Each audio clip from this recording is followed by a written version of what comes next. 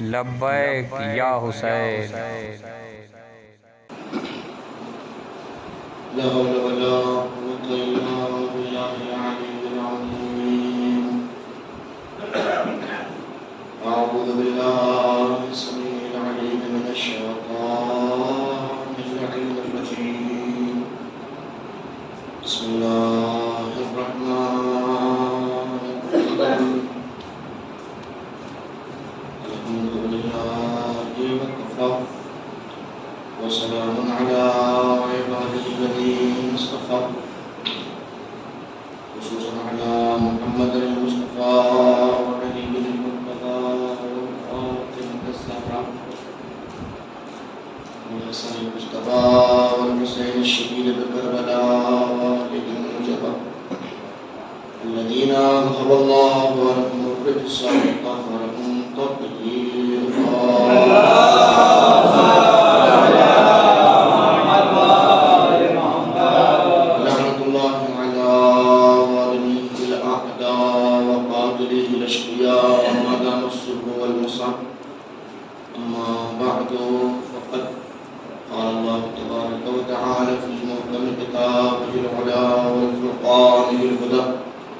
بسم الله الرحمن الرحيم.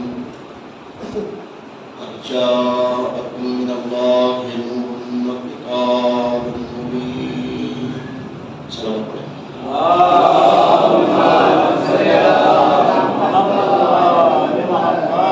اس سے بہتر صلوات ارشاد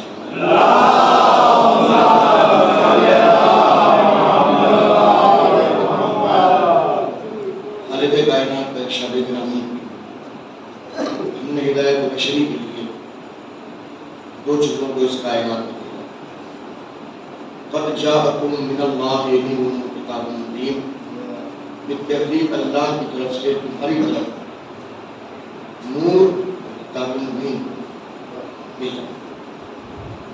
یعنی اگر ہم ہدایت یافتہ ہونا چاہتے ہیں تو ہدایت یافتہ ہونے کے لیے ضروری ہے کہ ہم نور سے بھی وابستہ ہوں اور کتاب مبین سے بھی وابستہ ہوں. کتاب سے وابستگی اس لیے ضروری ہے، کتاب ایک دستور کی شکل میں سکھائی جاتی ہے. دستور اکیلا کبھی کافی نہیں ہوتا، اس لیے کہ قانون کوئی بھی ہو جب تک وہ عمل میں نہ آ جائے اس وقت تک اس کی کوئی ویلیو نہیں. اگر قرآن اکیلا اس کائنات میں بھیجا جاتا تو لوگ یہی کہہ دیتے کہ دستور ہے، قانون ہے، یہ آئین ہے اور یہ قابل عمل نہیں ہے. لہذا اللہ نے اس منزل کے اوپر دستور کو بھیجنے سے پہلے اس کائنات میں عمل کرنے والے افراد کو بھی. دستور بعد میں آئے گا، قانون بعد میں آئے گا، قانون کا عمل کرنے والے پہلے. اب اس حوالے سے بہت سارے معاملات خود بخود صحیح ہو جاتے ہیں جب کوئی اس اسلوب کے تحت فکر کرتا ہے. حضور سرور کائنات حضرت محمد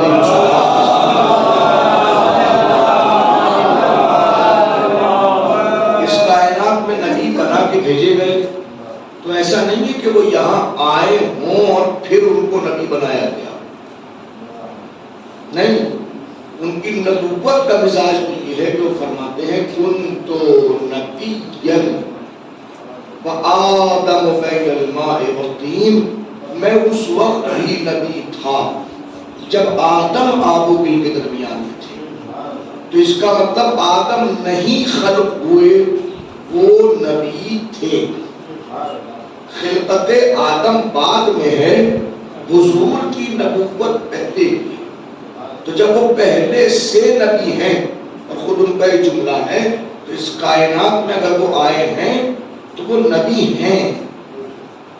ایسا نہیں ہے جسے ہمارے زمانے میں ہوتا چلا آیا ہے کہ اگر کوئی کہیں جاب کرتا ہے، سروس کرتا ہے تو بعض اوقات اس کو سروس سے معطل کر دیا جاتا ہے، کچھ مدت کے لیے معطل کر دیا گیا.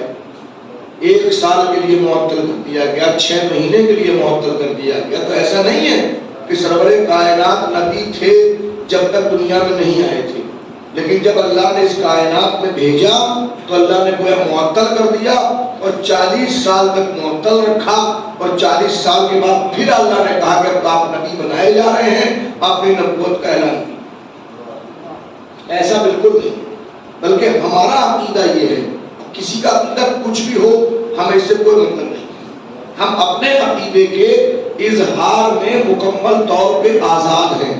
اس لیے آزاد ہیں کہ ہمارا کام عقیدے کو صرف اپنی ذات تک نہیں رکھنا ہے، بلکہ ہمارا کام یہ کہ ہمارا عقیدہ ہماری نسلوں میں بھی آگے جائے۔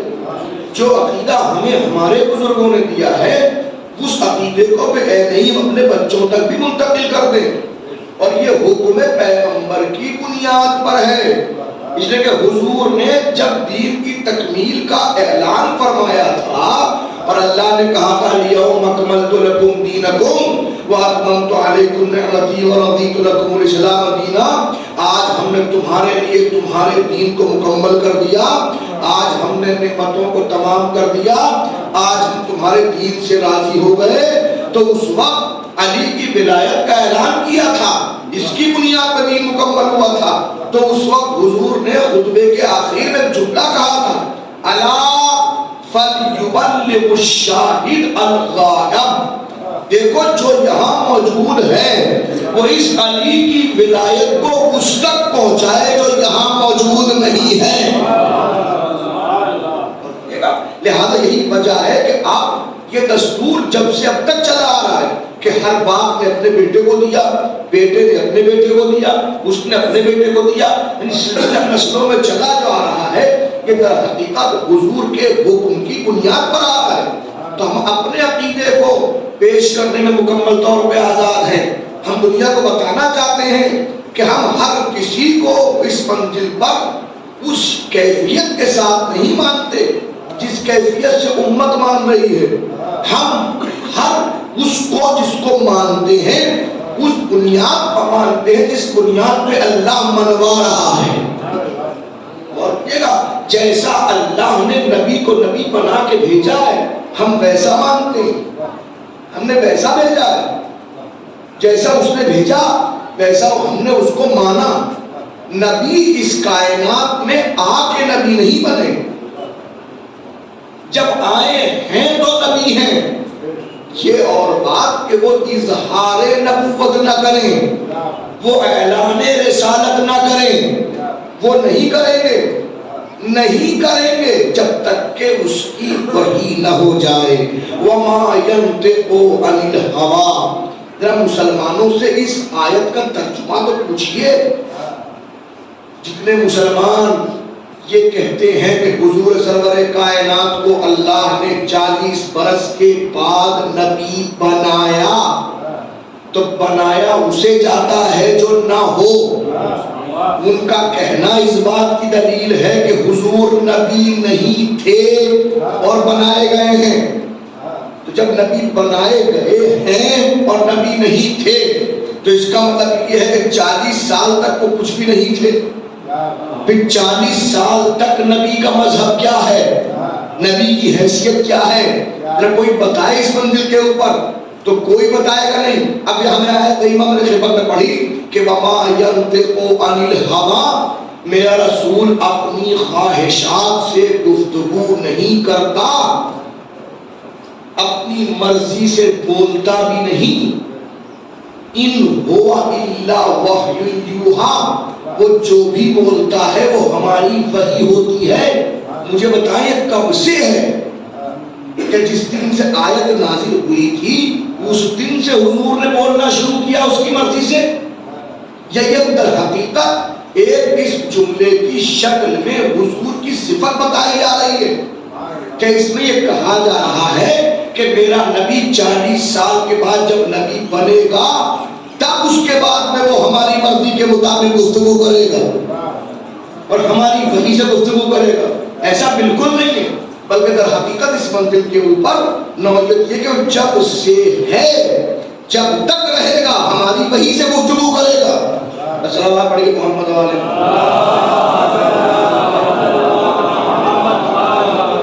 جب تک بولے گا، وہ جیسے بولے گا، جس عنوان سے بولے گا، جہاں جہاں بولے گا، وہ ہماری مرضی کے مطابق، ہماری وحی کے مطابق گفتگو کرے گا.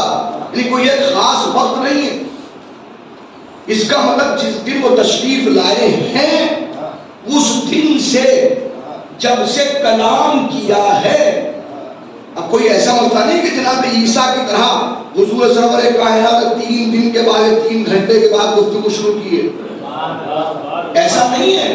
حضرت عیسیٰ کے متعلق جملے موجود ہیں کہ صرف 3 گھنٹے کے ہیں اور ماں کی آغوش میں ہیں، اور کہہ رہے ہیں کہ انی عبد اللہ آتانی الکتاب وجعلنی نبیا. میں اللہ کا بندہ ہوں، مجھے اللہ نے نبی بنایا ہے، مجھے اللہ نے کتاب عطا کی ہے. یہ عیسیٰ سے متعلق ہے. سرور کائنات سے متعلق ایسی کوئی روایت نہیں ہے کہ حضور نے پیدا ہوتے ہی کلام کیا ہو. بہت جب سے بھی کلام کیا. جتنی عام طور پہ بچے بولتے ہیں 6 مہینے بعد یا 1 سال کے بعد، جب سے حضور نے بولا اس وقت سے ہی جو بولا وہ وہی بولا. جو آئے پرانی ہے، ورنہ کسی بھی مسلمان سے جو بھی عربی جانتا ہو، کوئی ضروری نہیں ہے کہ اس کے لیے مولوی ہونا شرط ہے. جو بھی عربی جانتا ہو اور عربی لکھ پڑھ سکتا ہو اس سے ترجمہ کرائیے کہ وما ينطق عن الهوى ان هو الا وحی یوحی کا تعلق کیا آیت کے نزول سے ہے یا یہ حضور کی صفت ہے. اگر یہ حضور کی صفت ہے تو اتنا سوال کیجئے کہ پھر رسول نے وحی کے مطابق کب سے گفتگو کی ہے. تو وہ جو بھیجتا ہے اس نے کہا وما ارسلناک الا رحمتا للعالمین، اے رسول ہم نے آپ کو عالمین کے لیے رحمت بنا کے بھیجا. تو عالمین کے لیے رحمت ایسا نہیں ہے کہ 40 سال کے بعد بھیجا گیا ہے. نہیں، جس دن سے آئے ہیں اس دن سے عالمین کے لیے رحمت ہے. یہی سے بہت سارے معاملات صحیح ہو سکتے ہیں بشرطے کہ امت صحیح کرنا چاہے. بڑی پریشانی کا مقام ہے. دیکھیے اب چونکہ محرم میں باتیں ڈسکس اس لیے ہوتی ہیں کہ در حقیقت یہ گفتگو عقائد سے متعلق ہے. میں اس بات کو کہتا ہوں، عام دن کی گفتگو اور محرم کی گفتگو بڑا فرق ہوتا ہے.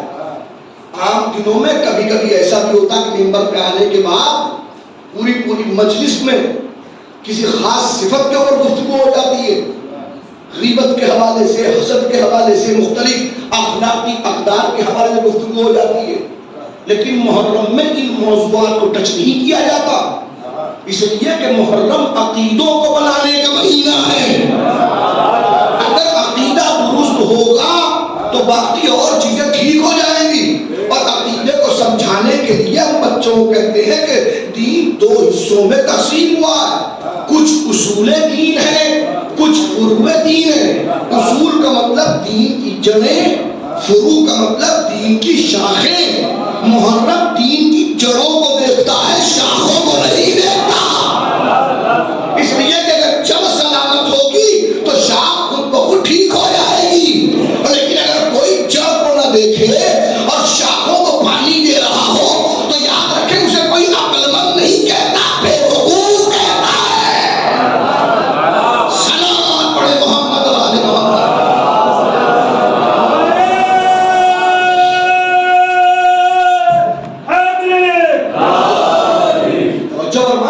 لہذا ہماری ضرورت ہے کہ ہم اس عقائد کے موضوعات کے اوپر ڈسکس کریں. یہ ہماری مجلس کا عنوان قد جاءکم من اللہ نور و کتاب مبین. اللہ کی طرف سے 2 چیزیں بھیجی گئیں، ایک نور اور ایک کتاب مبین. کیوں؟ تاکہ اس منزل پر ہم کچھ سمجھ سکیں. جس کتاب کو بھیجا گیا اس کتاب کو اکیلا نہیں بھیجا گیا. میں نے کل خدمت میں آپ کے عرض کیا تھا کہ کتاب نور کی محتاج ہے. ہماری آنکھوں کا نور ایک اور خارج کا نور 2. میں نے کل یہ جملہ کہہ کے گفتگو کو آگے بڑھایا تھا کہ دنیاوی کتاب دنیاوی نور کے بغیر مکمل نہیں ہوتی، تو الہی کتاب بغیر الہی نور کے کیسے مکمل ہو جائے گی؟ ضرورت ہے کہ نور ہو. جب اللہ نے نور بھیجا، اب نور کیسا بھیجا؟ اب توجہ کیجیے کہ ایک پڑھا نا اگر ڈسکس ہو گیا لطف آ گیا اس بندل کے اوپر تو عقیدہ بالکل ٹھیک ہو جائے گا. خاص طور پہ دیکھیے اور یہ ایسا نہیں ہے کہ یہ کام روا روی میں ہوتا ہو. اس مرتبہ محرم سے پہلے جو کچھ ہوا ہندوستان کے اندر اور پوری دنیا میں اس بات کو دیکھا اور بہرحال چاہے سیاسی طور پر صحیح پولیٹیکل لیول پر صحیح لیکن اسلامی ممالک نے احتجاج کیا اور نہ جھکنے والی گورنمنٹ بھی جھکی مگر ایک حد تک اور ہم احتجاج کرنے کے باوجود کچھ ثابت تو کر سکے مگر گرفتاری ابھی تک نہیں ہوئی ہے. ایک ڈیبیٹ میں ایک خاتون نے حضور سرور کائنات کے حوالے سے جو گستاخی کی توجہ فرمائیے گا. جواب بہت آسان تھا ہمارے لیے کہ ہم کہتے کہ جو جو چیزیں آپ کہہ رہی ہیں اگر آپ ہمارے مسلک میں آئیں تو معلوم ہو جائے گا کہ یہ سب فرضی چیزیں. تین باتیں کہیں گے ڈیبیٹ میں میں کہوں میں اس میں ایک چیز کو اٹھاؤں ان تین میں سے ایک چیز کو انہیں براق کے اوپر اعتراض کیا کہ براق کیا کبھی دیکھا ہے گھوڑا اور اوپر سے عورت. تو بھائی گھروں میں ٹنگے ہوئے کیلنڈروں سے دین نہیں سمجھ میں آتا. جو آج سے 20-25 سال پہلے معاملہ چلتا تھا کہ باقاعدہ لوگ سگرے کہہ کے اس طرح وہ کیلنڈر چھپتے تھے کہ براق کی تصویر اور براق کیسا کہ براق کو ایک گھوڑا ہے اس کے اوپر جو ہے وہ ایک عورت کی تصویر ہے اور لمبے لمبے اس کے بال ہیں. بھائی تو عام عورت کے بال دیکھنا جائز نہیں ہے. پھر کس نے بتایا کہ براق ایسا ہے؟ وہ روایتیں کون سی ہیں؟ براق کی تصویر کہاں ہے؟ کس نے بتایا؟ دیکھیے یاد رکھیں معراج کو تو کوئی بیان ہی نہیں کر سکتا. بس وہ بتائے گا جو معراج میں ہو یا جس کی نگاہوں کو اللہ نے اتنا قوی بنا دیا ہو کہ سو رہا ہو بستر پہ مگر وہاں تک دیکھا. سلام پڑھیے محمد والے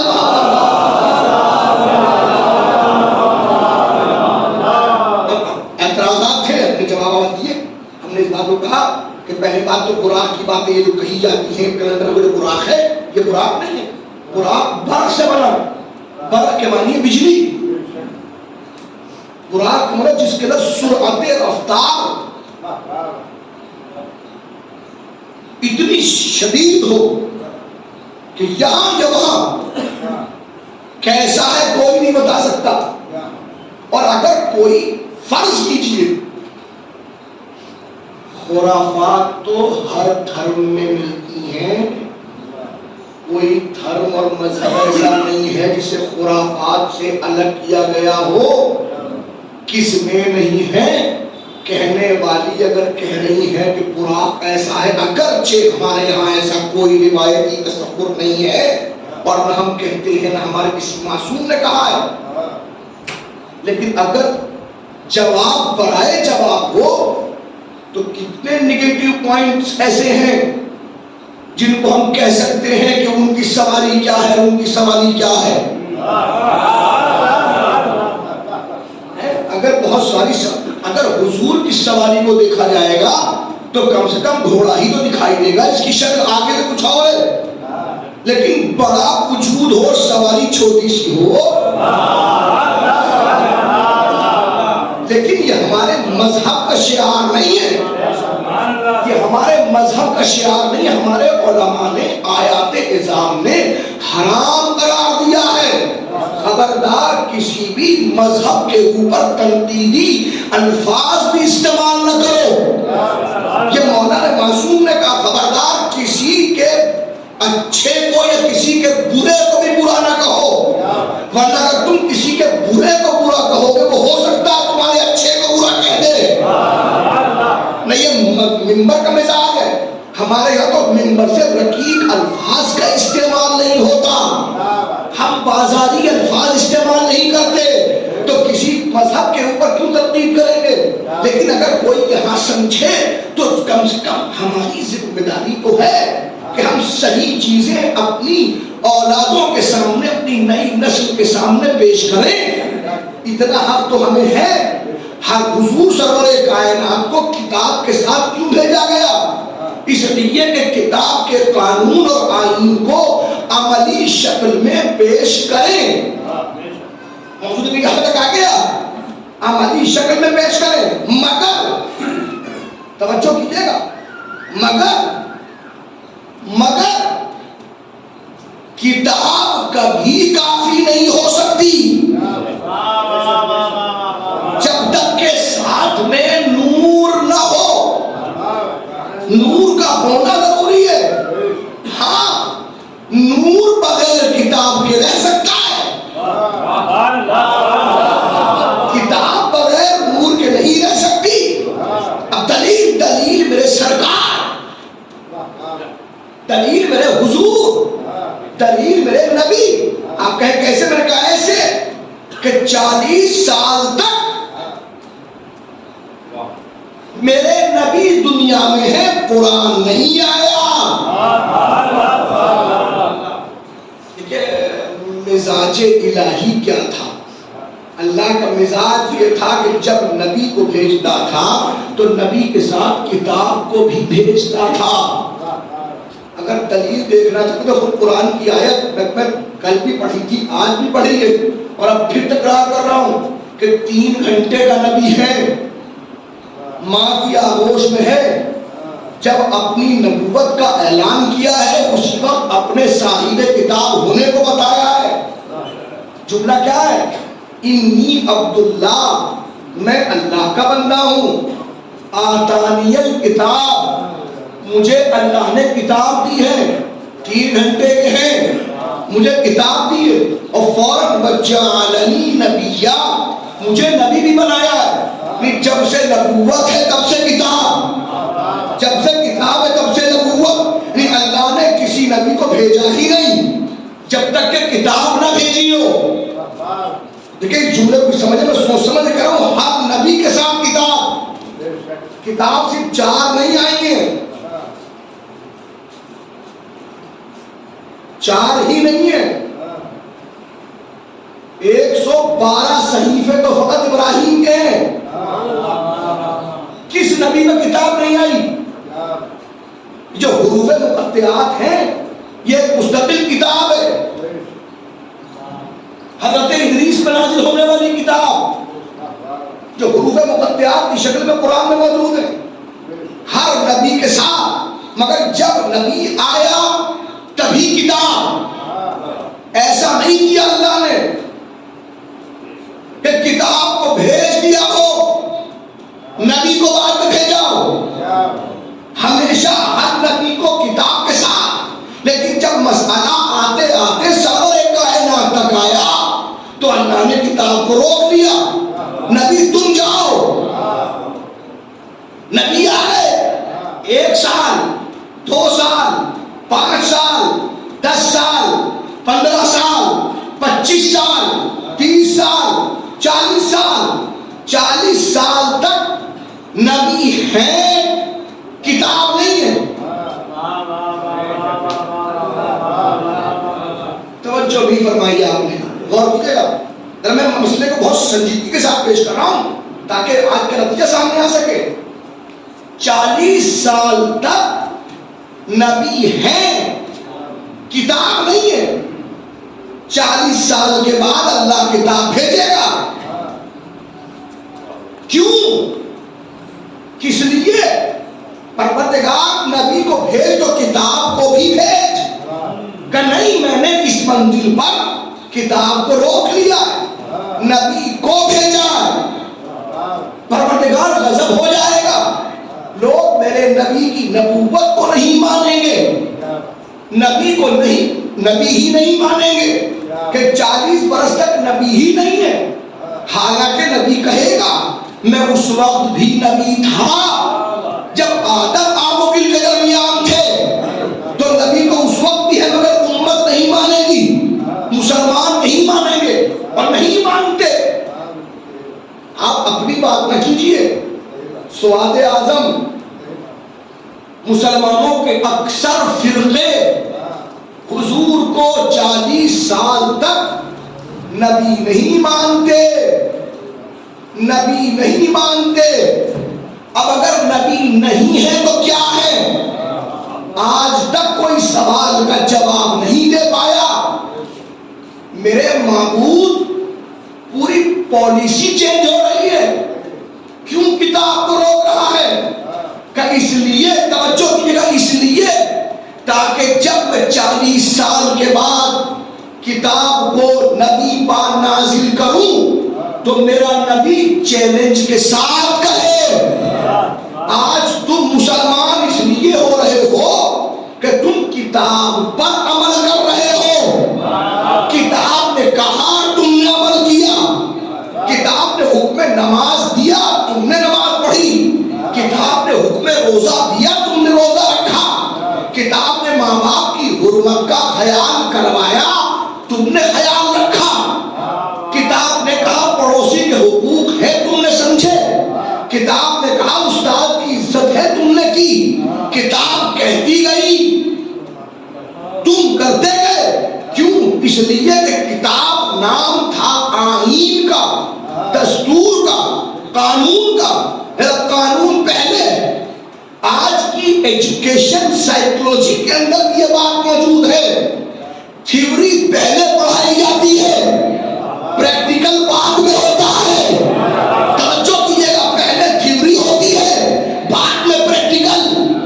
MBBS ڈاکٹر پڑھنے کے لیے بھیجا آپ نے بچے کو، پہلے 3 سال تک لگاتار پڑھتا رہے گا، 4th ایئر آیا، اب اس کی ڈیوٹی ایک ہاسپٹل میں لگا دی گئی، اب وارڈ میں جا کے بیٹھیے، 10 گھنٹے نہیں پڑھنا، اب پڑھائی ہوگی 4 گھنٹے، 6 گھنٹے پریکٹیکل لائف شروع ہو گئی، 4.5 سال کا کورس کمپلیٹ ہوا، تو اب اسپیشلی 6 یا 9 مہینے یا 1 سال تک پھر کسی ڈاکٹر کے اندر، کیوں؟ تھیوری پڑھ چکے، اب پریکٹیکل پہ آؤ۔ پریکٹیکل جب بھی ہوتا ہے ہمیشہ تھیوری کے بعد ہوتا ہے۔ اللہ نے کہا میں منزل کو بدل دوں گا، میں پہلے پریکٹیکل رکھوں گا، قانون کو بعد میں بھیجوں گا۔ 40 سال تک پہلے نبی پریکٹیکل پیش کرے گا، پھر قرآن کو پیش کروں گا اور دنیا کو چیلنج کروں گا کہ میری محمد کی سیرت کو اس آنے والے قرآن سے ملا کے دیکھو،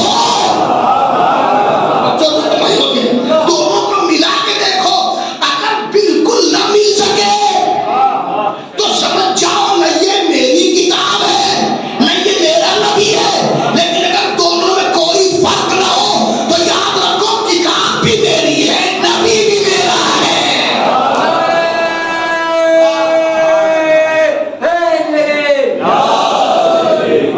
سلامات اللہ سے بڑھیے محمد۔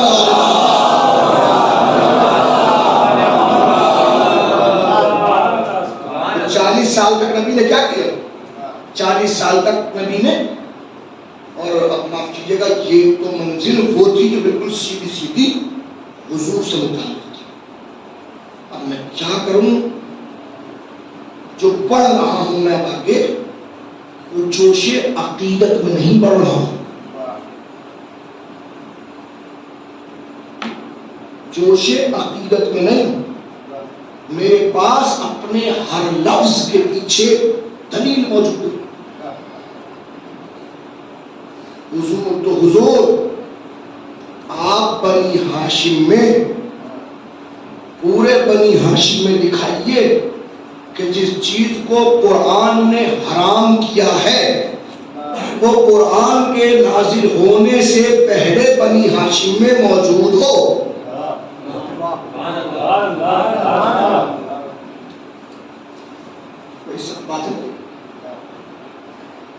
بت پرستی حرام، بنی ہاشم میں کوئی ایک بت پرست دکھائیے، ایک، لیکن نافرمان تو ابو لہب ہے، سگا چچا ہے، نافرمان ہے مگر بت پرست نہیں ہے۔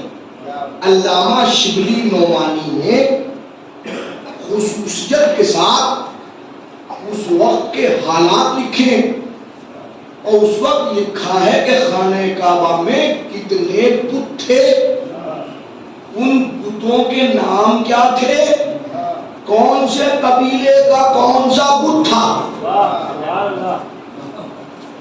کون سے خاندان کا کون سا بت تھا، کس خاندان کا، ہر خاندان کے بت خانہ کعبہ میں رکھے ہیں، نہیں ہے تو آج تک کوئی ڈھونڈ کے بھی نہیں دکھا سکا کہ بنی ہاشم کا کون سا بت ہے۔ یہ بڑا دعویٰ میں کر رہا ہوں۔ اور تو قرآن نے آ کے کہا ہے شراب حرام، حرام ہونے کے بعد بھی لوگ پیتے تھے، خوب پیتے تھے، آج بھی پیتے ہیں، ماشاءاللہ سے پیتے ہیں۔ کیسے کیسے پینے والے تھے؟ گھر میں نہیں پیتے تھے، مسجد میں پیتے تھے، مسجد میں شراب اللہ نے حرام کر دی۔ کم سے کم بہت سے مسلمان پی رہے ہیں، بڑا عجیب چوکانے والے جو آنکڑے سامنے آتے ہیں، یوگی مہاراج کی حکومت ہو گئی آتی پچھلے 5 سال، گوشت بندی ہو گئی، مسلمانوں کو گوشت نہیں ملا، اخبار میں کا خبردار یہ نہ کہنا مسلمانوں کو گوشت نہیں ملا۔ اب جو میرٹھ کی رپورٹ سامنے آئی، مجھے پتہ نہیں ظفر نگر کی رپورٹ کیا، میرٹھ کی رپورٹ یہ تھی کہ میرٹھ کے اندر 19% مسلمان رہتے ہیں، پورے میرٹھ ڈسٹرکٹ کے اندر 19%، 67% گوشت کھایا جاتا ہے۔ کون کھاتا ہے؟ سمجھدار لوگوں نے کہا مسلمان کچھ دن نہ کھائے تو کیا بگڑ جائے گا بھائی، خاموش بیٹھ کر دیکھیں، پھر دیکھیے کیا ہوگا۔ 67% گوشت کھایا جا رہا، 19% مسلمان ہیں۔ یہ تو گوشت کا معاملہ تھا کہ مسلمانوں سے زیادہ ہمارے ہندو بھائی گوشت کھاتے ہیں، مطلب شراب کے آنکھ لگا بالکل برعکس تھا کہ سب سے زیادہ شراب ماشاءاللہ کا کہہ رہا ہوں، اور اس ماشاءاللہ کو سمجھیے کہ اتنا آپ کی ایسا نہیں ہے، جو ایسا نہیں ہے، میرا اسلوب ہے کلام، اسلوب اپنا، کوئی یہ نہ کہے کہ یہ ممبر سے کرے ماشاءاللہ۔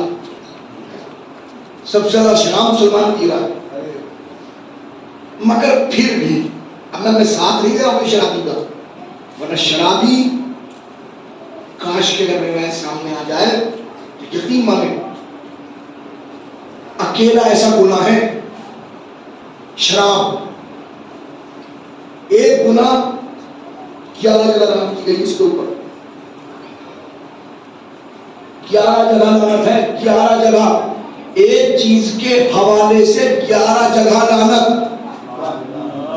انگور کا بونا جائز ہے، شراب کی نیت سے پایا جائے حرام، لعنت۔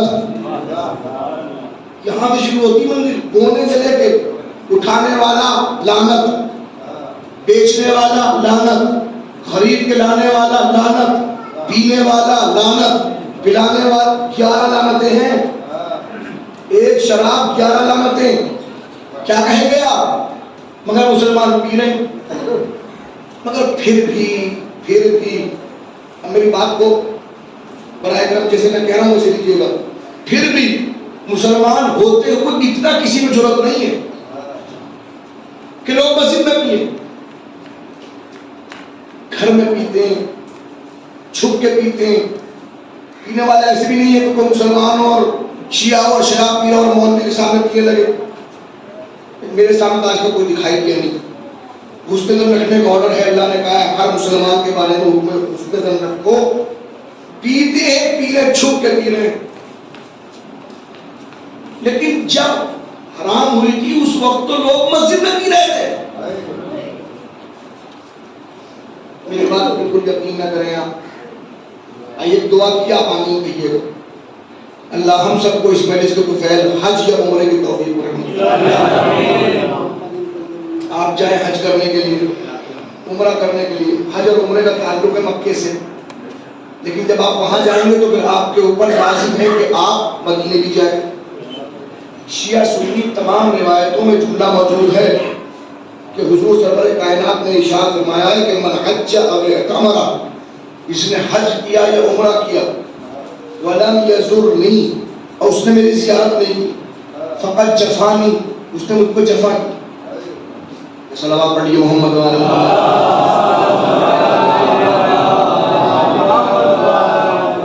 دبا کے پھر صلوات پڑھیے محمد۔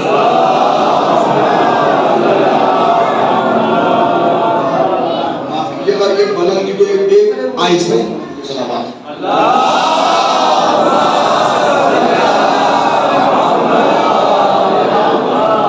اب حج کرنے عمرہ کرنے جائیں گے تو اس کا پورے حج اور عمرے کا تعلق کہاں سے؟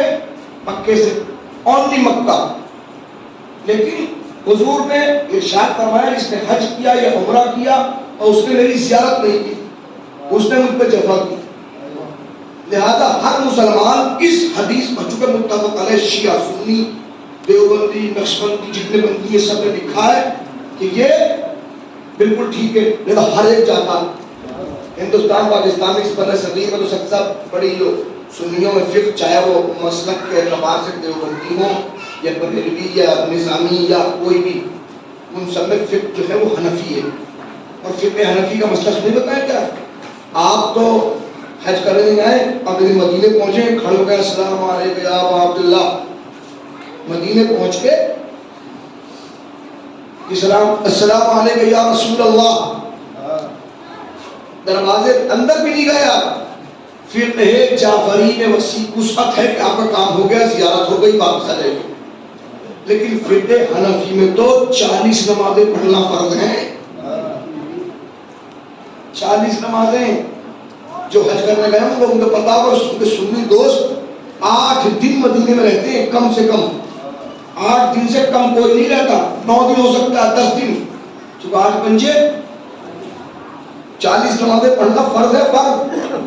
تو آپ تو بغیر نماز پڑھے السلام علیکم یا رسول اللہ آ جائیں گے، آپ کا کام ہو گیا۔ لیکن ان کا ہوگا 8 دن رہنا ہوگا، جب 8 دن رہیں تو کیا کریں گے؟ اب جو لوگ رہ کے آئے ہیں رہتے ہیں ان سے پوچھیے جا کے، وہ زیارتیں کرنے جاتے ہیں مختلف جگہ میں، کیونکہ حضور کی زیادہ اسلام کے بعد، ہجرت کے بعد 10 سال گزرے مدینہ منورہ کے اندر، مرکز اسلام رہا ہے، خلافت راشدہ کا مرکز مدینہ۔ تو مدینہ جب زیارتوں پہ نکلیں گے نا تو بہت ساری مسجدیں، مسجد بلال ہے، مسجد رد الشمس ہے، مسجد فتح ہے، بہت ساری مسجدیں مدینہ کے اندر چاروں طرف، یہاں وہاں وہاں۔ اس میں ایک مسجد، اس کا نام مسجد فضیل،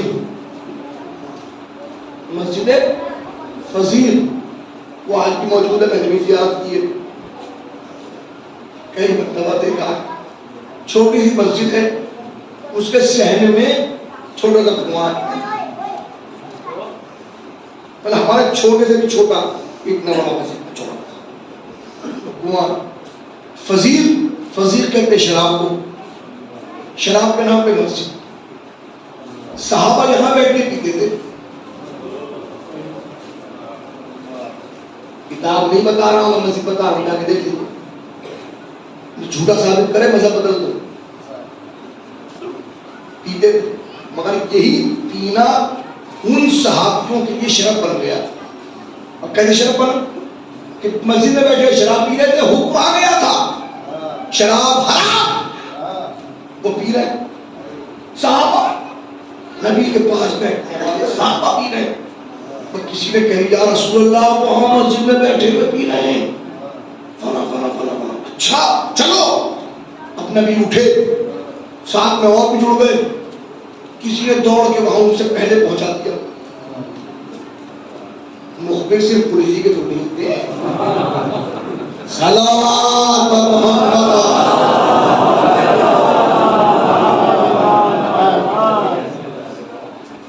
ارے رسول آ رہے ہیں دیکھنے کے لیے۔ تھوڑا جو ایمان تھا وہ بلند، انہوں نے کہا بڑا مسئلہ ہو گیا، سب نے اپنے اپنے اس کنویں میں ڈال، سب نے۔ اب اس کے بعد جو ہو، گلاس والے نے گلاس ڈال دیا، جگ والے نے جگ الٹ دیا، گھڑے والے نے گھڑا الٹ دیا، جو تھا وہ کنویں میں اور ایک مرتبہ وہیں پہ رکھ کے انہوں نے فون اللہ پروردگار وتعز من تشاء وتذل من تشاء، پروردگار عزت تیرے ہاتھ، ذلت تیرے ہاتھ، میرے معبود آج نبی کی بارگاہ میں ذلیل نہ ہونے دینا، میں اب توبہ کر رہے ہیں، آج کے بعد نہیں کیے بس، اے میرے اللہ توبہ، خلوص نیت سے توبہ کی۔ نبی آئے کیا بولا تھا؟ کچھ نہیں، کیا ہے یہ؟ اسے کہتے ہیں تقیہ، شیعہ نہیں کرتے، صحابہ کرتے ہیں۔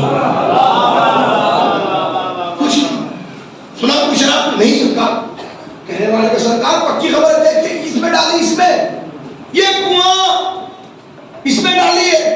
اچھا، آگے بڑھ کے حضور نے کنویں کے اوپر سے،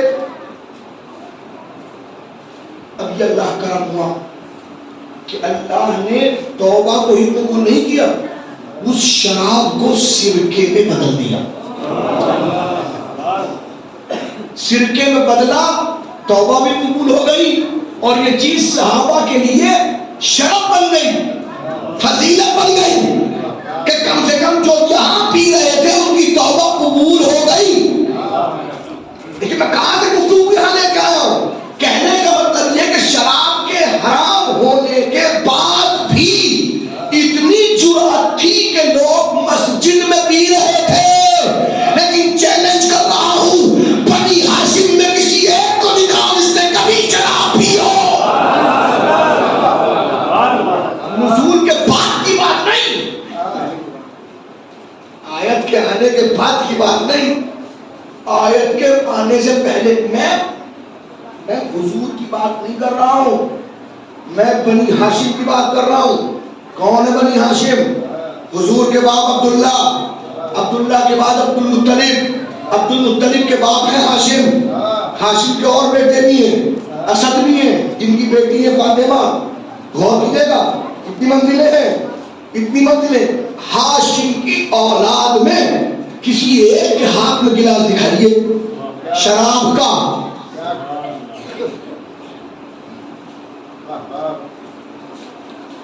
بس پھر آدمی میں نے گفتگو نہیں ہوئی، اس سے آگے نہیں بڑھوں گا۔ جس کا پورا خاندان اسلام کی ایسی ترویج کر رہا ہو کہ اس کو اسلام کے پھیلانے کے لیے قرآن کی بھی ضرورت نہ ہو، جو قرآن کے آنے سے پہلے اللہ کے احکام لوگوں تک پہنچا رہا ہو، اور صرف احکام ہی نہیں، عمل کر کے پریکٹیکلی طور پہ سچے مسلمان ہو۔ اب اگر کوئی اس وقت کے کسی وقت کے لیے کہے کہ اس نے کلمہ نہیں پڑھا تھا، اس نے کلمہ نہیں پڑھا تھا، اس نے کلمہ نہیں پڑھا تھا، تو ایسے کرنے کا کیا فائدہ کہ زبان پہ کلمہ ہو، ہاتھ میں شراب کا گلاس ہو۔ سلام پڑھے محمد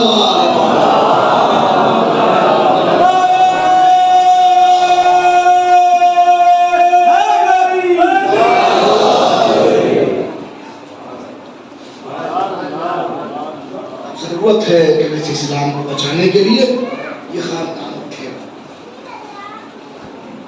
سمجھ میں آیا؟ آج 6 محرم ہو گئی، 6 محرم میں آپ قربانیوں کا ذکر کرنے کے لیے بیٹھ گئے۔ کیسی قربانیاں؟ وہ قربانیاں جو اس اسلام کے لیے پیش کی گئی، ایسے اسلام کے لیے۔ کیسا مذہب جو بنی ہاشم کی کاوشوں کا نتیجہ، بنی ہاشم کی کوششوں کا نتیجہ، ایسے مذہب کے لیے علی اکبر جیسا بیٹا ہونا، حسین نے دعائیں مانگ کے مانگا ہے اللہ سے، پروردگار نانا کی صورت دیکھے ہوئے مدت ہو گئی، میرے معبود تو جانتا میں اپنے نانا سے کیسی محبت کرتا ہوں۔ اللہ نے کہا میرے حسین اپنے نانا سے اتنا پیار، اتنی محبت، لو ہم رسول کو تمہارے بیٹے کی شکل میں بھیج دیتے ہیں، سیرت رسول کی، صورت رسول کی، رفتار رسول کی، گفتار رسول کی، انداز رسول کا، کیفیت رسول کی، ہر لحاظ سے رسول۔ سن 38 ہجری میں حسین کے گھر میں سید سجاد کی ولادت ہوئی۔ علی زندہ تھے۔ سن 40 ہجری میں علی شہید ہوئے۔ مولا سجاد 2 سال کے تھے اور یہ سن 42 ہجری میں جناب علی اکبر کی ولادت ہوئی۔ تاریخ لکھتی ہے کہ اس وقت سجاد پیدا ہوئے تھے، حسین نے بیٹے کو لے جا کے مسجد میں رکھ دیا۔ اللہ تیری عنایتیں ہیں، تو نے مجھے بیٹا دیا، کہ تیری امانت۔ واپس آ گئے، علی گئے اٹھا کے لے آئے۔ میں علی ہوں، علی کو لے کے جا رہا ہوں، اللہ تیری نعمت لے کے جا رہا ہوں۔ لے کے آئے، گھر میں رکھا۔ علی اکبر پیدا ہوئے، کھیلے کے گئے، اللہ تیری امانت تیرے سپرد۔ روایت کہتی ہے باپ تو نہیں، بیٹی موجود تھی۔ رات کی تاریکی میں زینب نے سر پہ ہوا ڈالی، مسجد میں گئی، علی اکبر کو اٹھایا، حسین لے کے گئے، میں لے کے جا رہی ہوں۔ مکمل تربیت زینب نے کی۔ غذا زینب کے ذمہ، لباس زینب کے ذمہ، تعلیم زینب کے ذمہ، ہر کام زینب کرتی ہے، ہر کام۔ کچھ مانگنا ہو زینب موجود ہے نا۔ اکبر نے کسی سے نہیں مانگا، زینب سے۔ روایت کہتی اکثر حسین کہا کرتے کہ زینب اپنے بیٹے سے کہو ہم سے بھی کچھ مانگ لے۔ بہت روئیں گیا۔ اکثر حسین کہا کرتے تھے بہن زینب اپنے بیٹے سے کہو کچھ ہم سے بھی مانگ لے۔ زینب بڑی فخر سے کہتے کیوں کہ زینب اس کی ہر مانگ کو پورا نہیں کرتی۔ کیوں مانگے گا اکبر تم سے؟ دینے کے لیے زینب تو ہے۔ بیٹا لینا کا ہے، تربیت زینب کر رہی ہے۔ بیٹا حسین کا ہے، تربیت زینب کر رہی ہے۔ مکمل طور پہ زینب نے پالا، زینب نے پالا، زینب نے پالا۔ ظاہر مجلس سے اور بھی ہوتی ہیں، آپ روایتوں کو مختلف اور پڑھیں گے۔ میں جلدی سمیٹ لوں گفتگو کو، اشارے کو جلدی سے کر کے گفتگو کو سمیٹ لوں، مگر میرے اشارے معاف کیجیے گا۔ آج 6 محرم ہو گئے، 6 محرم سے آج سے لے کے عاشور تک شاید مسائل اشاروں پر ہی ہوں گے۔ جتنا کوئی سمجھ سکے، جتنا کوئی برداشت کر سکے، برداشت کر لیں گے۔ مانگ لے مانگ لے مانگ لے۔ اکبر نے نہ مانگا۔ 18 سال کی تمنا کا نام ہے کہ اکبر کچھ مانگ لے۔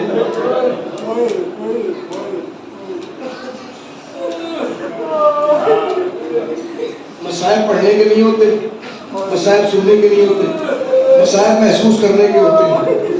میں آپ سے اتنا پوچھوں، آپ اپنے آپ کو حسین کی جگہ رکھیے۔ 18 سال کی آپ کی تمنا ہو کہ آپ کا بیٹا آپ سے کچھ مانگ لے اور بیٹا کچھ نہ مانگے، اور کوئی ایسا وقت آ جائے کہ وہ کہے بابا ایک گھونٹ پانی۔ اجرکم اللہ، اجرکم اللہ، خدا کوئی ہم سوائے غم اہل بیت۔ 18 سال تک باپ کی تمنا ہو بیٹا کچھ مانگے، بیٹا کچھ مانگے، اور بیٹا مانگ رہا ہو بابا مرنے کی اجازت۔ بتائیے، جس باپ کی 18 سال کی تمنا ہو بیٹا کچھ مانگ لے، اور مانگے تو کیا مانگے؟ مرنے کی اجازت۔ اب یہ خالص وہ مرحلہ ہے، یہ خالص وہ موضوع ہے جس کو پوری کائنات میں بس بس بس صاحب اولاد جانتا ہے۔ اس کو تو علی اکبر بھی نہیں جانتے تھے۔ اس کو تو علی اکبر بھی جس وقت چلے ہیں نا حسین، اور ایک مرتبہ اکبر نے پوچھا بابا سوال کرا چکے تھے اب کیوں؟ تو کاش تو صاحب اولاد ہوتا۔ باپ کا دل بیٹے کے لیے کیا ہوتا ہے یہ کوئی بیٹا نہیں جانتا، یہ صرف باپ جانتا ہے، بس باپ جانتا ہے، صرف باپ۔ اب بیٹا سمجھے اس منزل پر۔ روایت کے جملے یہ ہیں، عاشور کا دن آ گیا، بابا مرنے کی اجازت، بابا مرنے کی اجازت۔ حسین نے سر جھکا کے جملہ کہا مجھ سے نہ مانگو، اس سے مانگو جس نے 18 سال تک پڑھا۔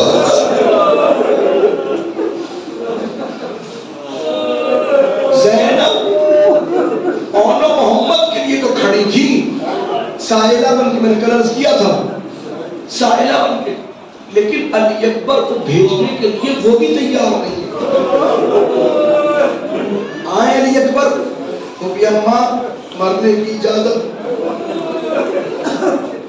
بیٹا کیا اسی دن کے لیے پالا تھا؟ بیٹا کیا اسی دن کے لیے پالا؟ اللہ آپ کے جوانوں کو سلامت رکھے، اللہ ہر باپ کے جوان کو سلامت رکھے، ہر باپ کے جوان کو سلامت رکھے۔ آئیے آگے اس منزل پر دیکھیے علی اکبر کی کیفیت کیا ہے۔ روایت کہتی جب پھوپھی نے اجازت دینے کو منع کر دیا تو اکبر لیٹ گئے پھوپھی کی گود میں، سر پھوپھی کی گود میں رکھا لیٹ گئے۔ زینب نے سر میں انگلیوں سے کندھا کرنا شروع کر دیا۔ زلفیں بالکل رسول کی زلفیں ہیں، چہرہ رسول جیسا ہے، رفتار رسول جیسی۔ تڑپ کے کہا پھوپھی اماں ایک بات پوچھوں؟ ہاں پوچھو بیٹا۔ پھوپھی اماں آپ جانتی ہیں ہم نے آپ کے علاوہ کبھی کسی سے کچھ پوچھا بھی نہیں ہے، مانگنا تو بہت بڑی بات، ہم نے پوچھا بھی نہیں۔ ہاں بیٹا پوچھو، یہ بتائیے مرتبے میں آپ زیادہ ہیں یا اماں فاطمہ؟ کہ بیٹا کجا فاطمہ کجا زینب؟ بیٹا میں تو فاطمہ کی کنیز ہوں۔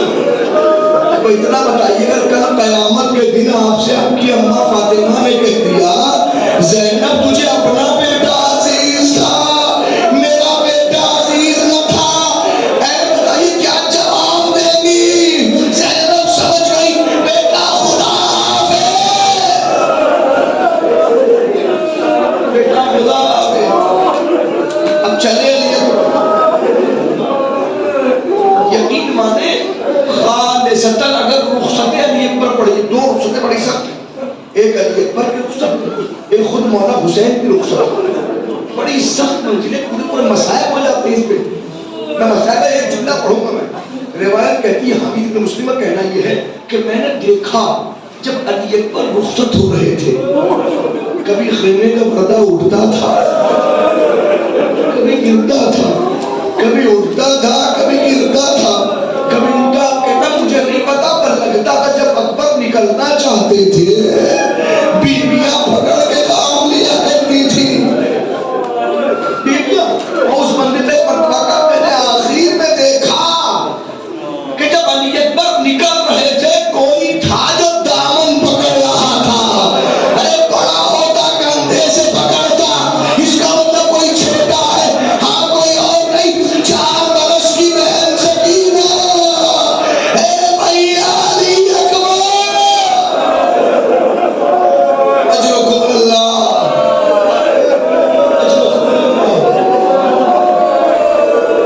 اجرکم علی الزہراء، اجرکم علی صاحب العصر والزمان۔ چلے گئے علی اکبر، سمیٹ کر گفتگو کو۔ روایت کہتی ہے تھوڑی دیر کے بعد ایک آواز بابا من السلام آخر کو بھول کیجیے۔ حسین کرسی پر بیٹھے تھے، کھڑے ہوئے، چلے گر گئے، پھر اٹھے، پھر چلے، پھر گر گئے، پھر اٹھے، چلے، گر گئے۔ ایک بڑا آواز یا علی یا علی یا علی، مجھے نہیں پتا علی اکبر کو بلا رہے ہیں باپ علی کو بلا رہے ہیں۔ ایک جملہ کہا بنی اکبر الدنیا بعدک الافا، بیٹا تیرے بعد اس دنیا پہ خاک ہے، بیٹا اکبر تو نہیں گیا، حسین کی بیماری چلی گئی، بیٹا اکبر حسین کو کچھ دکھائی نہیں دیتا۔ پہنچے خدا کسی باپ کو بیٹے کا وہ منظر نہ دکھائے جو حسین نے دیکھا۔ جوان بیٹا، 18 برس کا بیٹا ایڑیاں رگڑ رہا ہے، پہنچ گئے، بیٹا اکبر آپ آ گیا، بیٹا حسین آ گیا، بیٹا حسین آ گیا۔ ہاں بابا کرم فرمایا آپ نے، بابا کرم فرمایا آپ نے، بیٹا کوئی خواہش؟ ہاں بابا ایک خواہش ہے، ایک تمنا ہے۔ ہاں بیٹا کہو کیا خواہش ہے؟ بابا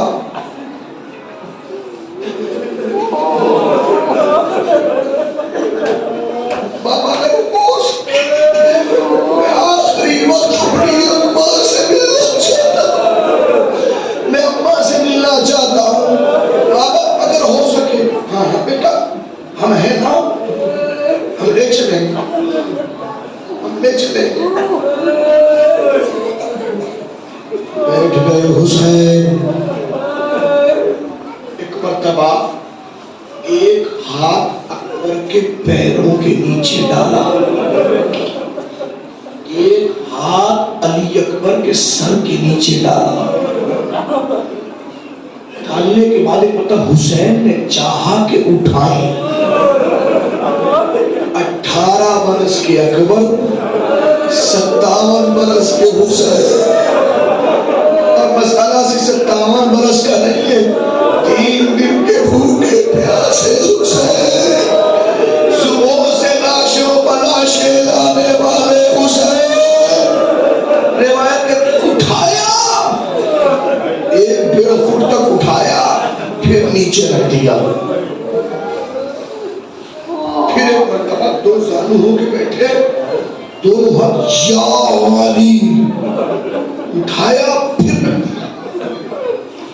بیٹا اکبر، جی بابا کچھ تم بھی سہارا کرو، بیٹا تم بھی سہارا۔ بابا کیا کروں؟ بیٹا ایک کام کرو، اپنے دونوں ہاتھ میری گردن میں ڈالو۔ اچھا بابا، علی اکبر نے ایک ہاتھ حسین کی گردن میں ڈال دیا۔ حسین نے پھر مطلب اٹھانا چاہا، جب نہ اٹھ سکے، بیٹا ہم نے کہا تھا دونوں ہاتھ ہماری گردن میں ڈال دو، کچھ سہارا ہو جائے گا۔ جی بابا، پھر وہ ایک ہاتھ، حسین نے دیکھا دوسرا ہاتھ علی اکبر گردن میں نہیں ڈالا۔ کہاں ہے ہاتھ؟ دوسرا ہاتھ اکبر نے سینے پر رکھا ہے۔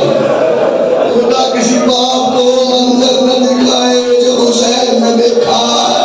بیٹا یہ ہاتھ سینے پر نہیں بابا کچھ نہیں، کیوں کیوں بیٹا یہ بتاؤ؟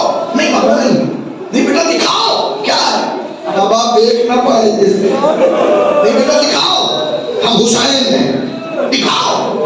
علی اکبر نے ہاتھ ہٹایا، کیا دیکھا حسین نے؟ برچھی کی علی علی اکبر کے سینے میں ٹوٹ گئی ہے۔ اچھا بیٹا اتنی سی بات ہے، بیٹا رکو ابھی ہم اس کو نکال دیتے ہیں نہیں کو، پھر لے کے چلیں گے۔ جی بابا، لٹا دیا اکبر کو۔ ایک مرتبہ حسین دونوں زانووں کو موڑ کے بیٹھے، 2 انگلیاں لی، علی اکبر کے سینے میں ڈالی، برچھی کی علی کو پکڑا، اور پکڑنے کے بعد ایک مرتبہ آسمان کو دیکھ کے کہا، نانا رسول اللہ، دادا ابراہیم